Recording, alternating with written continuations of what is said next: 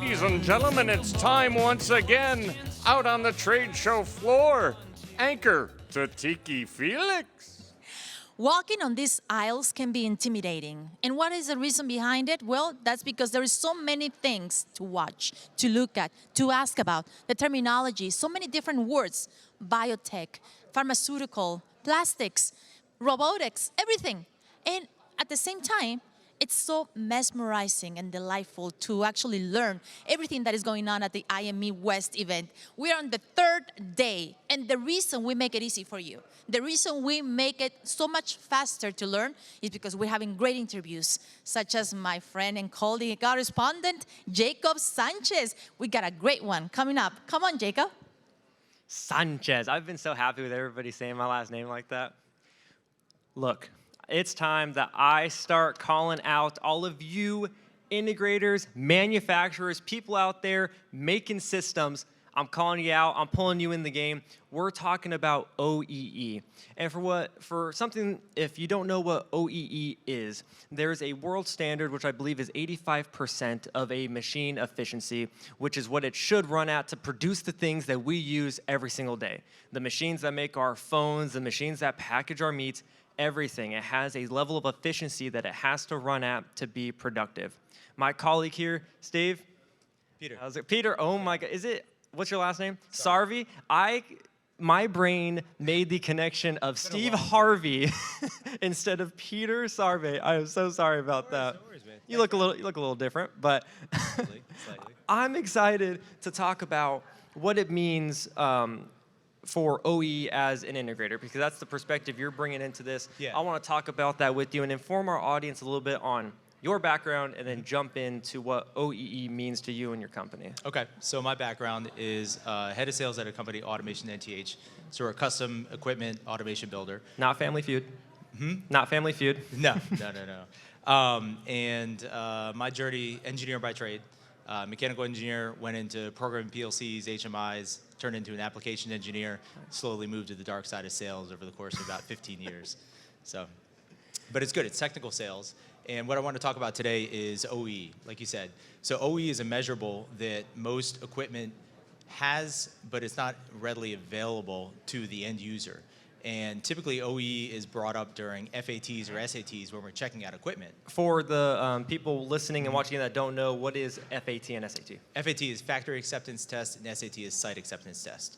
So that end customer that procures a piece of equipment will run off that equipment and make sure it hits a certain OE, and it's more than just a throughput value.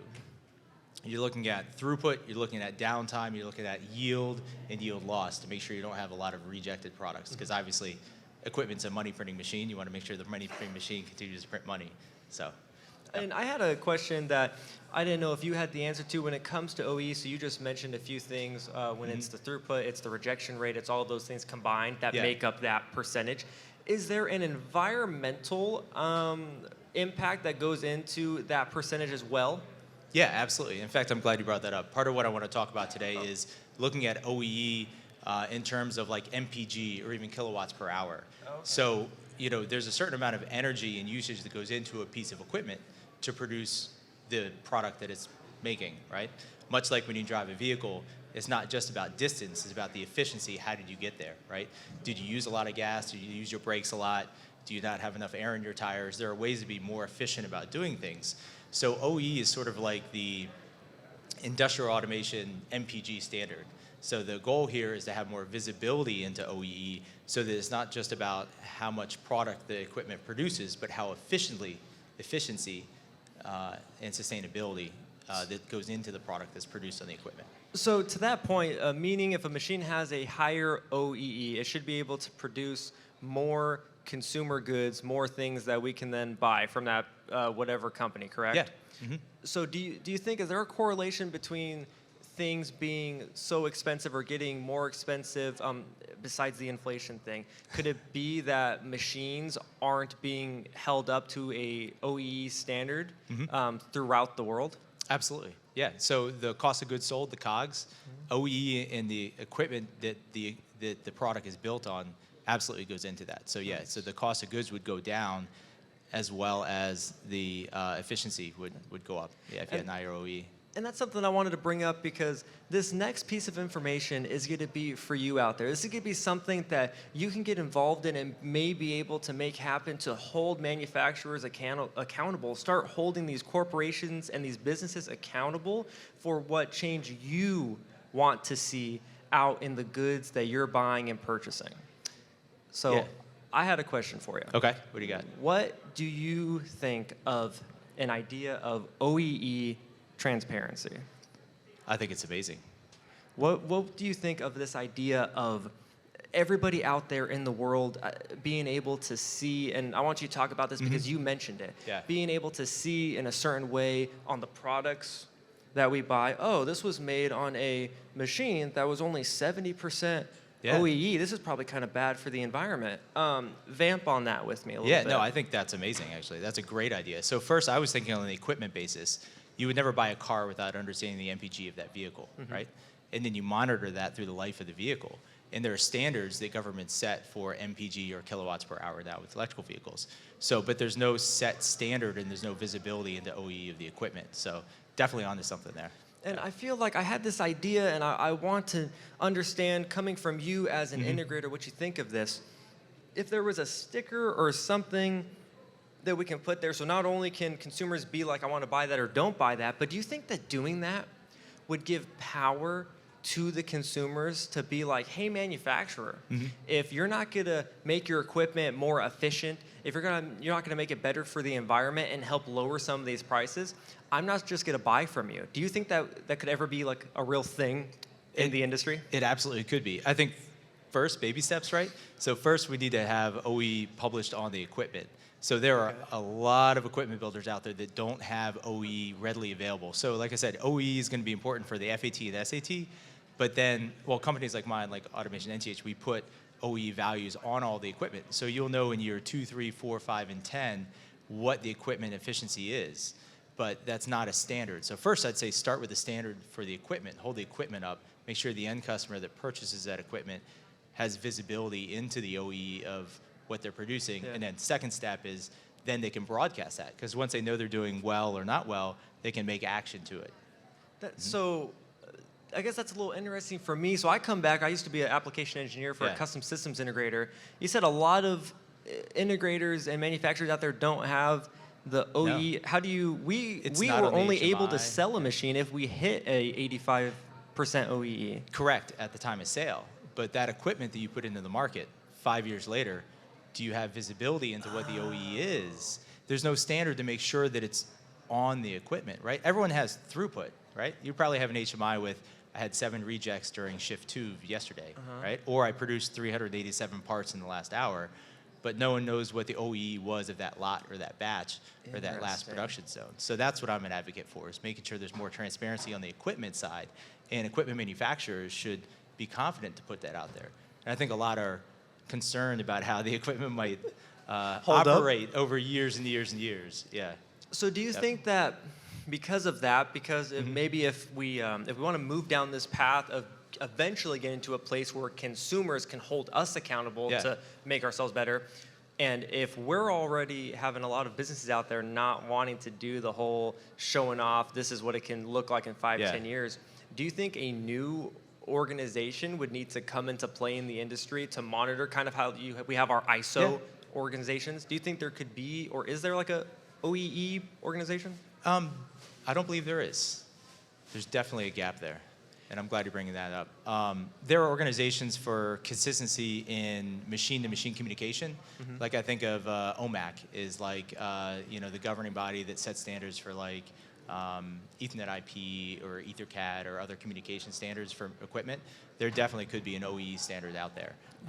There's a gap there if anyone wants to create a governing body for equipment builders and set a standard. Patent pending with News and Brews and Yes, there you NTH go. Automation. Yep. Yeah. So we talked about that being the first step. Thank you for backtracking me. I do kind Yeah. of do leaps and bounds. I do want to figure out, what do you think the next step after that could just be straight in the hands of the consumers? Like, do you think that there's Yeah. a second step, or could we get to a point where consumers are now influencing our industry? I don't think this is something we've thought about past a buying perspective of, oh, they're not buying enough of this or they're buying a lot of this. Like, do you really think that consumers can start telling manufacturers that means they're getting more involved with manufacturers and learning about this industry? Do you think that could eventually be something? I do think so. I mean, consumers drive the products and drive the companies selling the products. And we've seen recently over the years that consumers are very interested in the sustainability or how that product was manufactured. I mean, look at clothing. You know, over 20 years, it's changed the way they manufacture with labor and things like that. And people make their buying decisions sometimes based on not just the quality of the product that they're buying, but how it was made.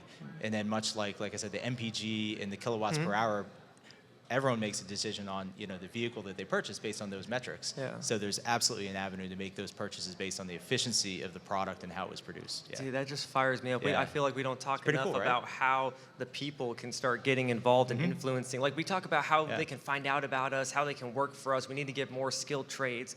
But making them feel like they're a part of manufacturing and making changes and holding us accountable is just going to push us up further. Yeah. I love it.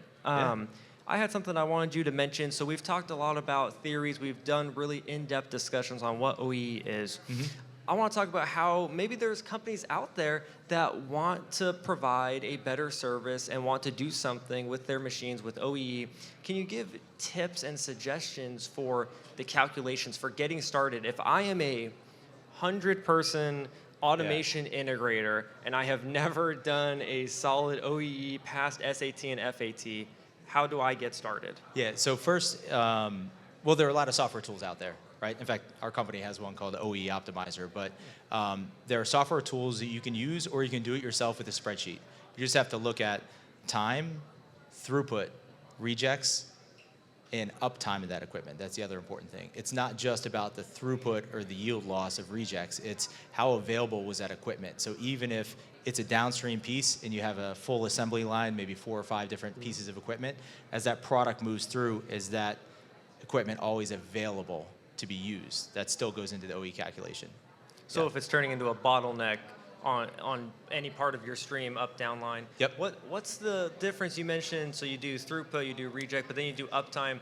What's the difference between, I feel like throughput and uptime, if I'm not producing a throughput, then my uptime is, actually. Well, it's why it's called availability. And you If could the be equipment's running available. without actually having a throughput. Interesting. Because a lot of manufacturers have what's called WIP, work in progress. So they'll utilize half of a line, take the product off, use another piece of the line, and you want to make sure that equipment's available and ready when you need it, right? That's why it's not just throughput. You can't just measure throughput because maybe you didn't produce any parts that require that sub-assembly for Tuesday or Wednesday's production order. That's a very good point. Yeah. Is there a tip that you can give? So we just talked about how as a integrator, they can get involved with starting to provide a better service with higher end machines that are good for the environment. It's good for their customers. It's producing how it should be producing. Yeah. Is there a suggestion that you have for customers out there? So now let's say I'm a company that, let's say I'm Coca-Cola, and I need to get a new line in for our new bottling plant or something. Would you, I'm sure they know how to do it, but what suggestions would you give me when I start looking at all of these integrators everywhere? Who should I look for? What should I be looking for when it comes to a company that's providing a just stupendous OEE service on their machine? You'd want to make sure, first and foremost, again, that they have OE monitoring on the equipment.